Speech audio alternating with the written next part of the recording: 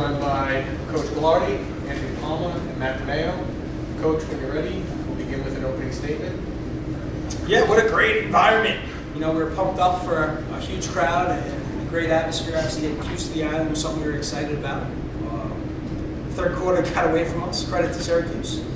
Something we got to continue to learn from. I'm going to open up for questions. I ask you to raise your hand, state your name, affiliation, and we'll go around the room.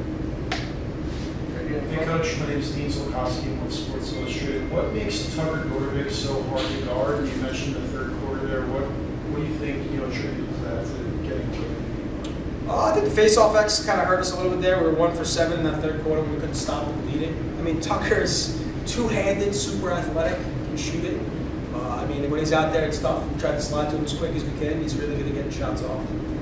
He's definitely one of the best players in the country. We knew that going in. We were hoping that he would shoot 6 for 11, I think is what he ended up being. He's a heck of a player. Right here. Alex from Daily Orange.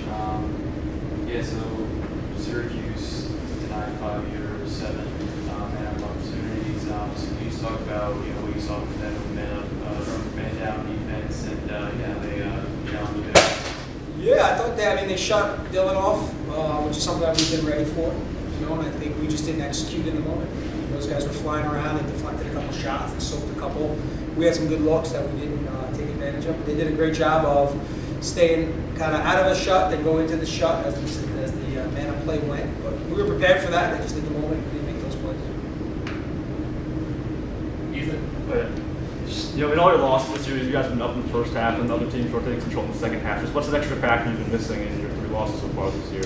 The third quarter has gotten away from us in all 3 of those games, man. I don't know what it is. This one is 5-5. We're excited. We come out. We're pretty excited to get after it. It's just you got to make one positive play. And I think sports is simple. When things are going bad or going well, we just got to continue to make one positive play at a time. And I feel like this one we just couldn't make that positive play to stop us. And I think that third quarter is something we got to continue to focus on as a program to kind of get out of our own way. John Eads with WAER Radio in Syracuse. Coach, the Syracuse defense held Noah Armitage pretty quiet today. What did they do to stop him? I don't think we made him slide a ton, so Noah kind of plays well when the defense is sliding. I think he had some good looks inside early that he's going to cash in on. But I thought their guy, Nanny, did a good job on him. I think it's really more of, we play team offense, and if you're not really getting the team rotating and sliding, guys like that have to struggle a little bit. But they did a good job just playing great 6-on-6 defense, which kind of hurt us a lot. What did Ren's Condon do with the face-off X to get the better of Jacob Falk today? Oh, it's a battle. That third quarter, he didn't get the better out of him. It's a battle. They're 2 good guys, right? The face-off X is such an interesting battle, right? You have TD coaching their face-off guys, Coach Kelly coaching our face-off guys, 2 of the best guys out there to coach it and play it. So they do a great job really preparing the guys for it. But it was a great battle. That third quarter, Jacob definitely got the better of us, which killed us. Right here. Yeah, I noticed a lot of your goals came sort of more close range, kind of catching Syracuse like on the sliding lane and all that. I guess can you tell me what you saw going into the game in terms of exploiting that and how it ended up working out?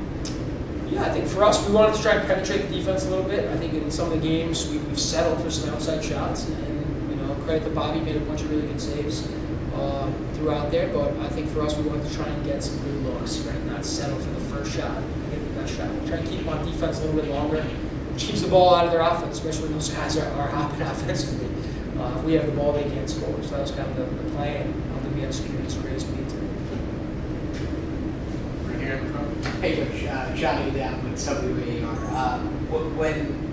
When it was announced that Bobby was going to be starting in goal for Syracuse today, did that change anything for you from a game plan, from a mindset standpoint? Obviously, you split time with Harrison Thompson, and they've sort of taken turns. All it did was make me wish Bobby stayed committed to Towson when I was coaching there and had him committed to us. For us, they're both 2 similar goalies, right-handed goalies that play well. And Bobby was in there and he made a bunch of saves, and credit to him. He was ready for his opportunity. I didn't think we shot the ball particularly well, which helped him, right? I think it's like anything else, your goalie's got to make saves, but offensively, he should have shot the ball maybe a little bit better. Anthony, did anything change in Syracuse's shot selection in the second half, and what do you think contributed to their offensive success later in the game? I just think coming out of the second half, they really focus on, driving those alleys, getting in close shots. But there are a couple shots that I definitely want back. I mean, it sucks. I mean, we had a great attendance. Fans were phenomenal. It just sucks when you have this many people at the game. You don't perform to how you feel this team where it should be at. To be honest.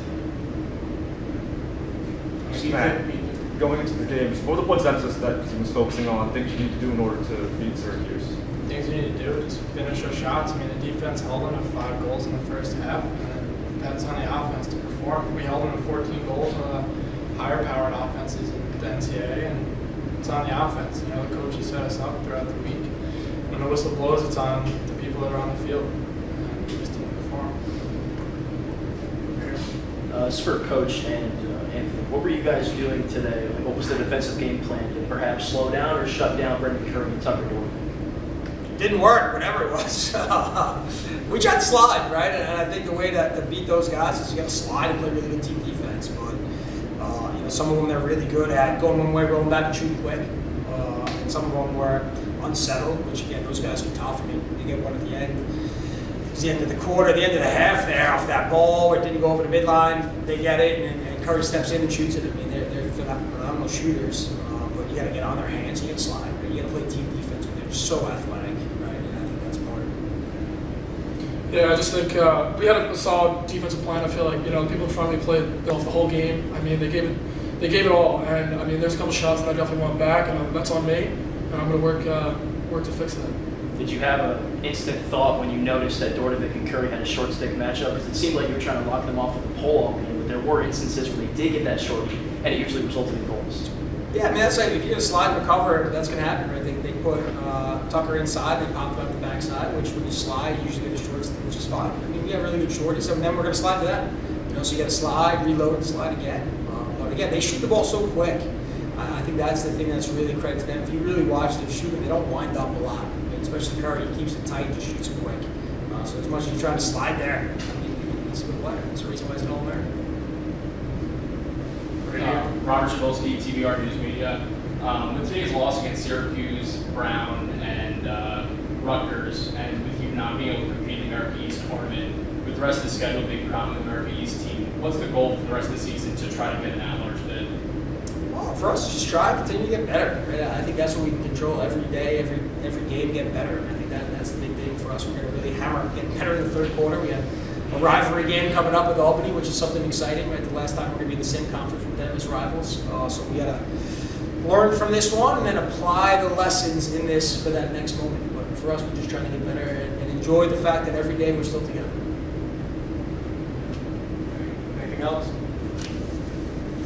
Great, thank you guys.